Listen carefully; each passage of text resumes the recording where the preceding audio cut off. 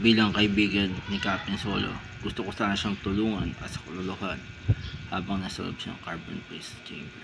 At nakita ko naman kayo na sa dati ang pinagawa ni Vader na kanyang imahe o statue sa pamagitan ng sun.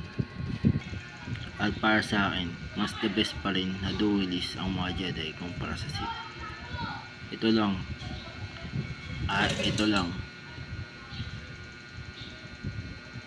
Ayon lang ito sa aking opinion bilang isang Jedi Master. Yan lagi ang tatandaan mo, Dayton. The best duelist ang Jedi kumpara sa Sith. Opo, Master Luke. Hindi ko po kakalimutan ang mga tulong sa akin.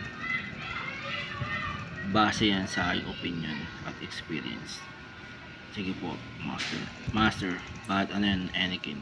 Gusto sana kitang samahan sa Mandalore upang iligtas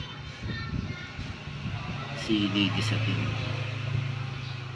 Maraming salamat, Anakin. Sige, isasama kita kapag nagpunta ako sa Mandalore at iligtas natin dalawa si Sabine. Yan sa akin, Sandra talaga ang tunay niya ipapangalan ni Padme kapag nagkaroon siya ng anak na babae at hindi Leia. At iiwan ko talaga ang aking misyon dito sa